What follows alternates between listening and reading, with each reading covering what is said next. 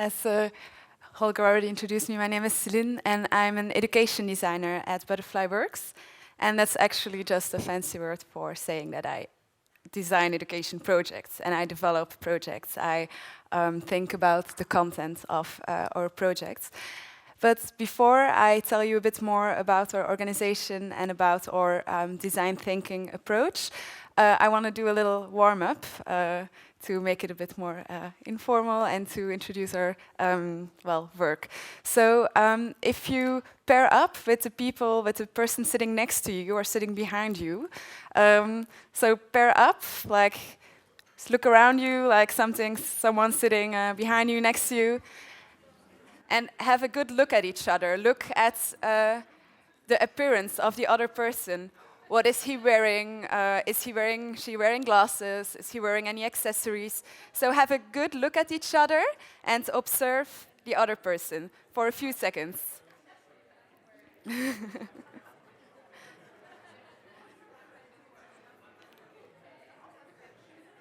Okay, and now you turn your backs to each other and you change 3 things about your appearance. So you can change a necklace that you're wearing, you can put it backwards, you can change a bracelet to the other arm, you can do whatever you want. You turn your back to each other and you change 3 things about your appearance.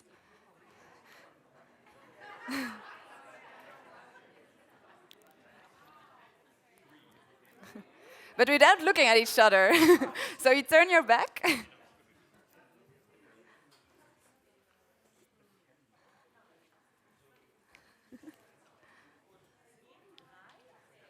Okay, and now look to each other again and try to see what the other person changed.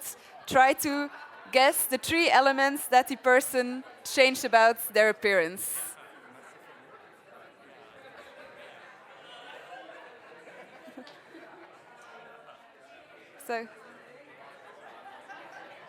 So look at each other and what did change?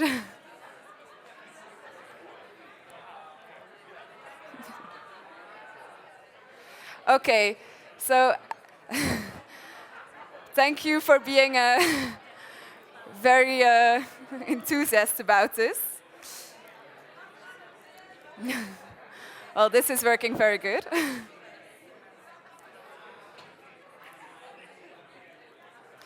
Okay, so this is actually one of the exercises we do when we start a co-creation workshop.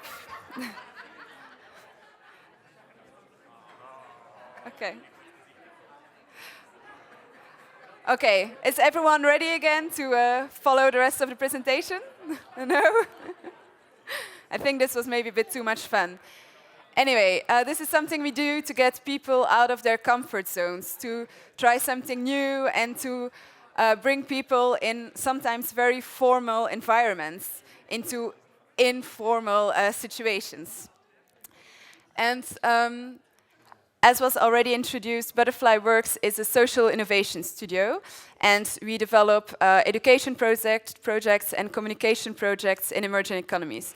Over the past 15 years, we've been working in over 25 countries with governments, embassies, NGOs, and companies to co-create brighter futures. That's a bit our slogan. But now you're probably thinking, that's social innovation, yes, another buzzword. Does any one of you have an idea of what social innovation means for you or for your organization? Anyone has an idea on social innovation? No? Okay. Well, then I will explain what social innovation means for Butterflyworks. So it exists of 3 components. The first one is creative tools and methods. To think about new solutions and creative solutions. So we tap into the ICT industry, into education methodologies, and into design thinking to combine these different methods into creative solutions for social needs. A second element is bringing people from different backgrounds together, people with different point of views. So for example, we bring young people together with government members, with health practitioners, with teachers, with religious leaders, and we bring them all together to encourage divergent thinking. And third is we give ownership to the stakeholders to encourage like effective solutions. And now I know that yesterday we had an interesting session about ownership and stakeholders and partnership negotiation. And I think it will become clear later in the presentation how we see ownership, because it's mostly about giving both the designer and the stakeholders ownership over the whole process of co-creation from beginning to end of a project. And these three elements are actually the core of our design process and our design thinking. So we work with the stakeholders, end users, and everyone who should be involved to come to solutions that are based on shared values and also on the user needs. And I will go over 3 projects that have a strong media component to introduce our work a little bit. So the first one is the BIT Schools. A BIT School is a design school for young people of less privileged backgrounds, so that they can learn IT skills, media skills, entrepreneurship skills, and life skills, so that they are prepared to enter in both the formal and informal employment sector. And we started the BIT School in 1999 in Kenya, in Nairobi. It was called Nairobits. And it proved to be a very successful concept. And we replicated the BIT schools in Uganda, Ghana, Ethiopia, Tanzania, and Pakistan. And over the past years, the BIT schools trained 8,000 young people, from which over 80% found a job. So I think this is a very impressive thing. And this is the last graduation of the BIT school in Nairobi. Another project is Great ID. It's a mobile and distance learning project to improve access to education and the quality of education for students and teachers in Afghanistan, because the formal education system in Afghanistan suffered a lot under the Taliban rule. So we were approached to improve this education system. And what we did is we took the lessons of the official Afghan curriculum from the Ministry of Education, and we recorded these lessons in a TV studio in Kabul with a professional, very good teacher. And then these lessons were put on small SD cards. And these SD cards, you can put them in telephones, in simple feature phones. And these telephones were then given to teachers and distributed to schools, so that the teachers could use them as a tool to give their lessons, and the telephones were then connected to a microprojector and beamed in the class. So for the teachers, it's a tool to help their content knowledge for education, and also their interactive methodology of giving lessons. And it was also distributed to students, so that after the lesson they could go home and watch the lesson over again. And there was even a mobile helpline connected, so that they could ask questions about the lesson, and then within 24 hours, master teachers would respond to these questions.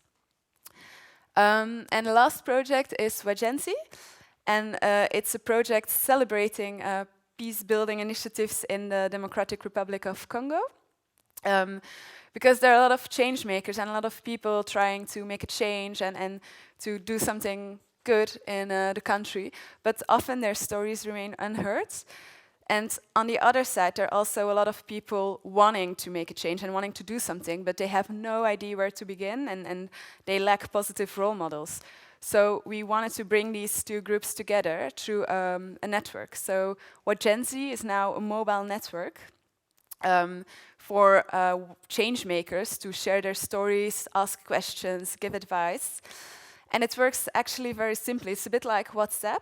I think everyone knows WhatsApp, but then without the internet. So a Wajensi sends a text message to a mobile number, and he pays for only one text message. But then this text message is converted through a database, and it's sent to all other agencies in the network. And this is done through frontline SMS, so it's combining old and new technologies together. And another part, so this is how the whole mobile network is organized. And then the agencies also have profiles, and profiles to share their stories. And their stories were recorded by local reporters and local media makers to then be shared through traditional media in the DRC. So their stories are now shared on radio, television, and in newspapers as well. And the success of this project doesn't really depend on using new or digital media. It depends on knowing when to use which media. And that is something that we explore through our design thinking approach, which we call the Butterflyworks method. And I think most of you heard of design thinking, especially in the global development sector. There are a lot of approaches. There's the participatory development, design thinking, the logistical framework approach. And all, of course, are human-centered and focused on sustainability. And we started using these three approaches, but along the way we developed our own approach, and we added co-creation. And the bottom line of co-creation is that none of us is as smart as all of us. So for all our projects, from beginning to end, we work together with the stakeholders, our local partners, and the end users to develop ideas and make a viable solution that is sustainable and effective, and so that also they have ownership over the projects. So we start our projects with a social needs, and at that point we don't start with a solution. We have no idea where the project is going to go to, and we start rather with a goal. We know where we want to go. For example, we want girls to have quality education, and we want youth to have good jobs. And this can go like in every direction at this point. And for sure, it's not so that we base ourselves on existing creative inventions or best practices. That's why we do the research. Once the social need is established, we do the research. And it's about accumulating information about people's problems, but also and more so about people's daily lives, their behaviors, their likes, their dislikes, their beliefs. And how to do that better than with the people you're working with and the people you're doing this research on. So together with them, we do this research, and we involve all people who are part of, who experience the problem, to come to a possible potential solution. And then we go to the ideation phase. And in the ideation phase, we start thinking with the same group of people about generating new ideas. And we take some inspiration from the creative industry to think about potential solutions. And we often organize a co-creation workshop in a specific country to bring these ideas together. And at this point of our method, it's absolutely unimportant if an idea is viable. It's more about deferring judgment and making everything possible, thinking out of the box. And that is our role as in our organizations. We stimulate people to go out of their comfort zones and think about these new approaches. And after the ideation phase, we go to the making. We start prototyping the concept that has been developed in the ideation phase. And we do this together with the stakeholders, with end users. So, for example, young people are involved in character design, in script writing. It can be everything. And this is what makes our approach stand out, because in contrast to other design thinking methods, participants conceive of a tool only at one point of a project. But with the Butterflyworks method, the participants make and they implement the whole concept. And they learn a lot of valuable skills on the way, and it really empowers them. And our role is to guide them in the process and give inputs. And then we go to the testing, because of course we want to see if a service or a product, if it's really fits for the end user, and if not, how we can improve. So we can do this, often we do it with a sort of soft launch, and then we see where we can adjust, and sometimes we have to go back to the research phase or to the ideation phase. So that is also what makes the process an iterative process. And of course, we also want our projects to be sustainable, and we want to find durable answers to social needs. So we think of a long-term strategy so that the project can also exist independently from our involvement. So actually, at the end of the project, we step out and we hand it over to the local partners. And of course, it's not that we say, hey, we're out. They always ask for advice, and it takes a while to really get it totally independently. And with them, we also think about how can we maybe scale up the project and transfer it to different contexts. So this is the core of, or very quickly, our design method. And it's based on the double diamond thinking, which is you start thinking very broad. There's no limitations, no confinements. You can think about everything, and it doesn't matter if an idea is stupid or right or perfect. You think about everything possible, and then you narrow it down again. You pick cherries, the best bright stars, and you go to one concept. And we do this actually all the time during our process. And to make it a little bit more tangible, I will quickly present you Salafi. Salafi is a television series about gender-based violence and reproductive health, which is broadcasted in Francophone Africa by TV5 Monde. And Butterflyworks and our partners, we extended the storylines of this television series to create an alternate reality game so that youth become participants in the story, and they fulfill challenges and discuss issues that they see in the television series. So where the storylines of the television series ends, that is where the alternate reality game starts. So after each episode, youth go online and they start playing this game. And it's a multimedia game. It's on the internet, it's connected to Facebook, it's connected to mobile phones, and of course, it's connected to the television because the soap is broadcasted on television. And all these different media actually serve only one goal, and that is behavior change among young people concerning gender-based violence, their reproductive health, and the position of women. And I quickly want to show a video about this project to give you sort of idea.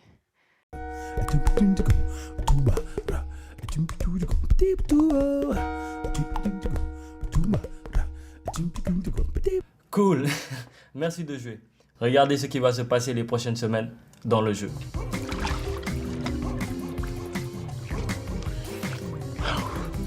Alors, Toi, ta peau, t'as une grosse pierre à la place du cœur.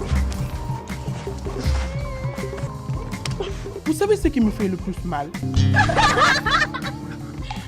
Tu es trop belle ce soir, princesse de Ratanga. Qu'est-ce qu'il y a?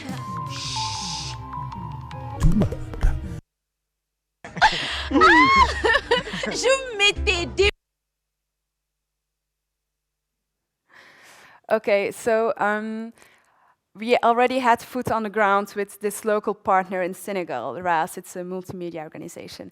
And they were producing this television series together with Canal+. And they asked us to do something more with this television series, to get involved and to involve youth in this whole program. So we did some research and we organized a co-creation workshop. And we invited young people, media organizations, people from the Ministry of Education, parents, teachers, all sorts of different people to come to this co-creation workshop and think about possible ideas to do something with this television series. And we use a lot of different tools to bring different perspectives together. And with tools, I mean activities. One activity, for example, is we call it a day in a life. And then we ask our participants to sketch and draw the day in a life of the end user, which in this case is young people in Francophone Africa. And you can imagine that if teachers are sitting in the room and students are sitting in the room, that they have a different idea of the day in the life of young people. But this is exactly like this combining of these different perspectives and different ideas that bring unexpected and attractive outcomes. So during this co-creation workshop, we really had to push our participants and everyone to think out of the box and think about things you've never seen before and that you wouldn't think possible. And they come up with theater, role play, they come up with an e-learning website, they come up with a lot of good ideas. But also we are also rooted in the creative sector, so we also have a few ideas, we do some research, and we also bring in our own ideas and we give inputs. And then during this co-creation workshop, we connect the dots, we bring all these ideas together into one viable working concept. And in this case, an alternate reality game came out of the whole co-creation workshop. And then in the development phase, these young people who were involved in the workshop, they get to develop the project themselves with our expertise, as with our guidelines, of course. So, for example, young script writers were writing out all the stories for all these videos, and then young filmmakers from the FoME Academy in Senegal, they were filming these videos, and they were also editing. And so it's a whole co-creative process from beginning to end, and it's also very iterative because there was a lot of testing involved in this project. So it goes back and forth for a lot of times, but that is something you do to make it exactly right for the end user. Yeah, and it launched actually last week, the 21st of September. So the game is online, you're all welcome to play the game. So we don't have any results yet, this project is still going. But we're very excited to share them with you soon. And I hope that this project makes a little bit more clear what we do, what co-creation is, how we go about it. And I hope you're inspired by it. And if you have any more questions, then feel free to ask.